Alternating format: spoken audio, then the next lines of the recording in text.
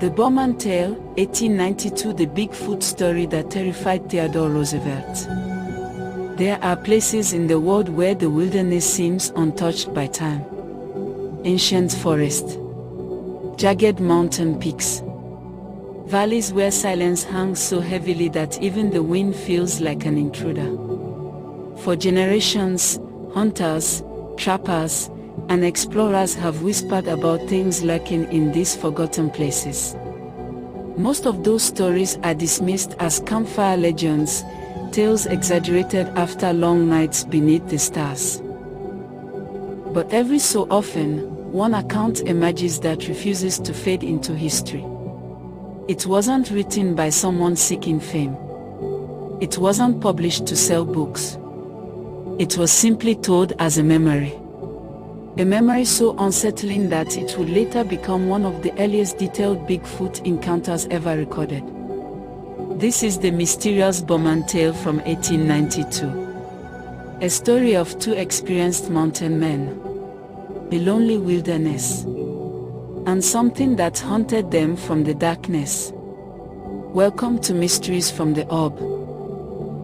The year was 1892. America's frontier was slowly disappearing. Railroads pushed deeper into the wilderness, and settlements spread across lands that had once belonged only to nature. Yet vast regions of the Rocky Mountains remained almost completely unexplored. These were lands where bears, wolves, mountain lions, and unknown dangers still ruled. It was during this era that future US President Theodore Roosevelt published The Wilderness Hunter. Among the hunting stories in the book was one unlike any other.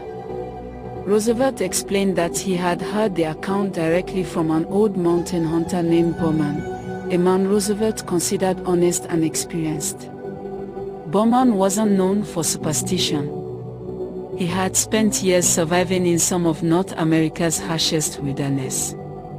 He knew every sound a bear could make, every track left by wolves, every behavior of elk, moose, and mountain lions. But one experience haunted him for the rest of his life. Bauman and his strapping partner ventured deep into an isolated mountain valley. The exact location has never been revealed.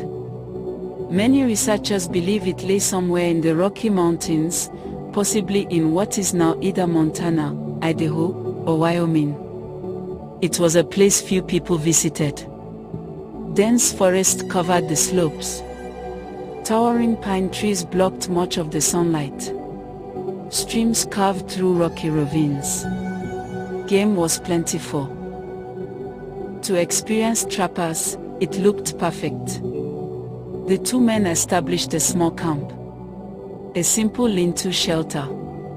A fire pit. Enough supplies for several days while they checked trap lines throughout the surrounding forest. Everything seemed normal. At first. On their very first day, strange things began happening. When they returned from checking traps, they discovered their camp had been disturbed. Branches had been moved. Equipment had shifted. Nothing had been stolen. Nothing destroyed. It looked almost as if someone, or something, had simply wandered through camp while they were gone. The men assumed a bear had visited. It wasn't unusual. They laughed it off, reset their gear, cooked dinner, and settled in for the night. Darkness came quickly beneath the thick forest canopy. As the fire burned low, they heard something. A heavy footstep. Then another. Not the quick movement of a deer. Not the careful padding of a wolf. These were deliberate. Slow. Heavy. Something large was circling camp. The men listened. Their rifles rested nearby. Minutes passed. Eventually the sound stopped. Morning arrived. When they searched the area, they found tracks. But the footprints puzzled them. They seemed unusually large. More importantly, they appeared almost human. The men dismissed the idea. Surely they were distorted bear prints. Snow, mud, and melting conditions can create strange shapes. That had to be the explanation, didn't it? The following day, it happened again. Camp had been disturbed. This time more noticeably. Their cooking gear had been moved, blankets shifted, wood scattered. Still, nothing stolen, nothing eaten, just undone, as though whoever visited had been examining everything. Watching, learning, the hunters began feeling uneasy. That night the visitor returned. Again they heard heavy footsteps, closer than before. The sounds circled slowly around camp. Then, silence. Suddenly, a loud crashing noise erupted from the darkness. The men grabbed their rifles. One fired toward the sound. The forest became silent once more. No growl, no scream, nothing, only darkness. Morning revealed no blood, no dead animal, only enormous footprints leading into the trees. Bauman later insisted they were unlike any tracks he had ever seen. Wide, long, from a creature walking upright. He and his partner began arguing. His partner insisted they stay. Too much valuable trapping ground remained unexplored. Bauman wanted to leave. Something didn't feel right. But they stayed. Perhaps curiosity was stronger than fear. Perhaps pride refused to let experienced mountain men flee from something they couldn't identify. It would prove to be a terrible decision. Over the next several days, the unseen visitor grew bolder. They frequently heard branches snapping. Rocks occasionally rolled downhill. Sometimes they caught brief glimpses of movement between the trees. Never clearly. Only shadows. Dark shapes disappearing before they could focus. Whatever watched them seemed intelligent. It never approached openly. It remained just beyond sight. Watching. Waiting. One morning the men separated to check different trap lines. It wasn't unusual. Experienced trappers often covered more ground that way.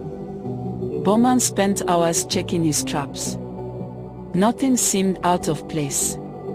Eventually he returned toward camp.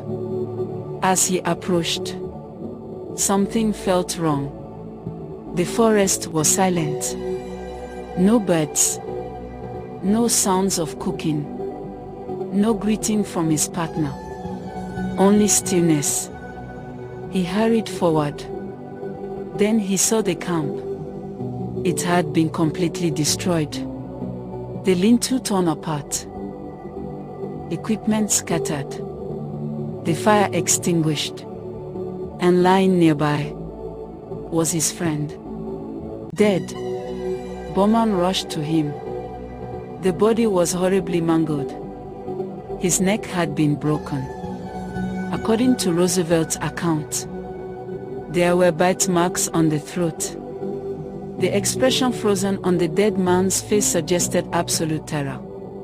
Nearby, fresh footprints surrounded the body. Large, human-like, walking on two legs. Whatever attacked had remained after the killing, almost as if examining its victim, or waiting for Bauman to return. Bauman wasted no time. He gathered only what he absolutely needed, leaving behind traps, supplies, equipment, anything too heavy to carry. Then he fled.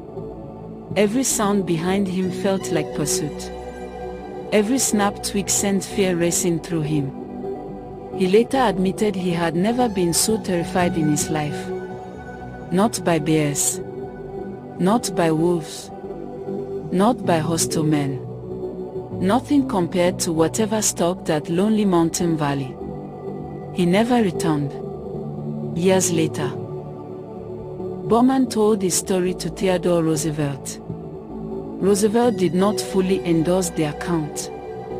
He admitted it sounded extraordinary.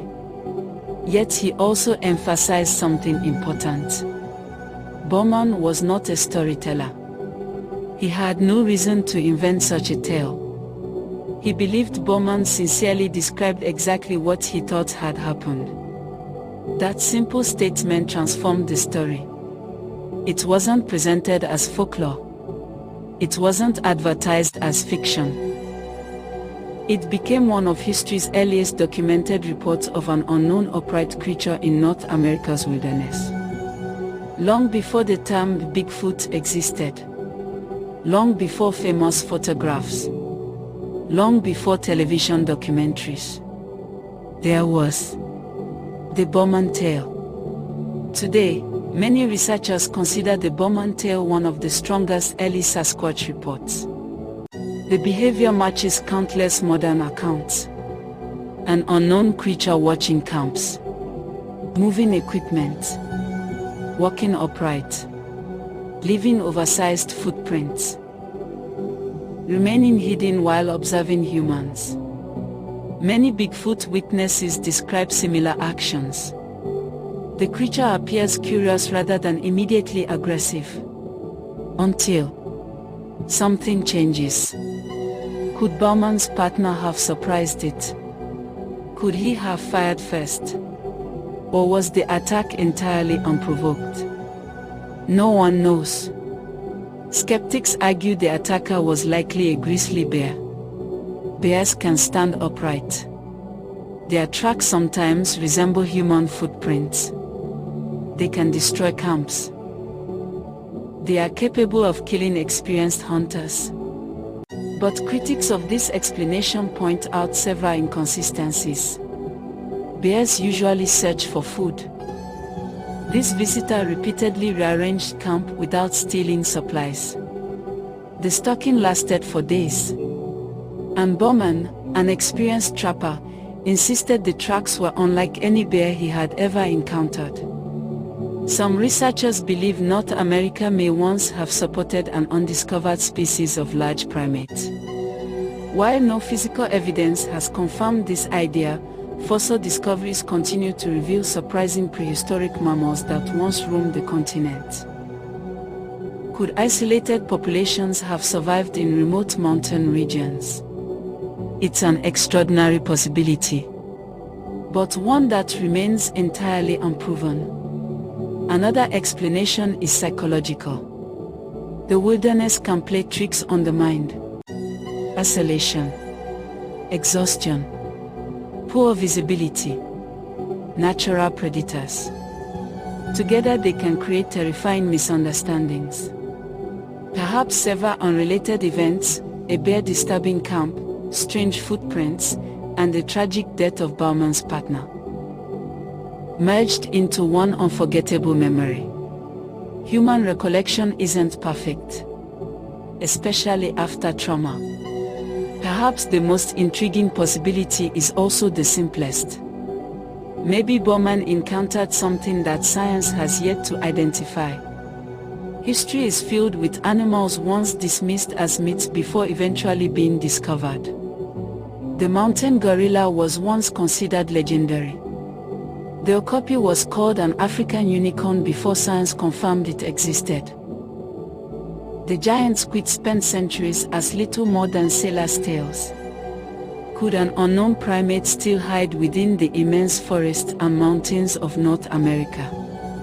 There is no convincing scientific evidence proving it. But the mystery remains alive. More than 130 years have passed since Bauman claimed something followed him through the wilderness. No one knows the exact valley. No one knows what killed his partner. And no one has ever solved the mystery behind those enormous footprints. Was it simply a bear? A story shaped by fear? Or one of the earliest genuine encounters with the creature we now call Bigfoot? The answer may still be waiting somewhere deep within the forest, hidden where few people dare to go. But what do you think? Was Bauman telling the truth? Or was there another explanation? Let us know your theory in the comments below. If you enjoyed this journey into one of history's greatest wilderness mysteries, don't forget to like, subscribe, turn on notifications, and share this video with fellow mystery lovers. Until next time.